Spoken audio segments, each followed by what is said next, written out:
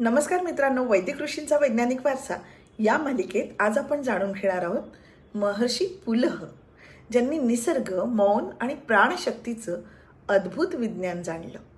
महर्षी पुलह हे ब्रह्मदेवाचे मानसपुत्र आणि कर्दम ऋषींचे पुत्र मानले गेले आहेत। त्यांचा उल्लेख विष्णू पुराण, भागवत पुराण आणि महाभारत मध्ये आढळतो। विष्णू पुराणात म्हटलं आहे, पुलह कर्दमस्य पुत्रः सभू तपोनिष्ठः। म्हणजेच पुलह हे अत्यंत तपस्वी, मौनप्रिय आणि आत्मज्ञान साधक होते। ते हिमालयाच्या पायथ्याशी आश्रमात राहून निसर्गाशी एकरूप झालेल्या साधनेत मग्न असत। त्यांचं तत्वज्ञान असं होतं, मौन हेच निरीक्षणाचं सर्वात मोठं शास्त्र आहे।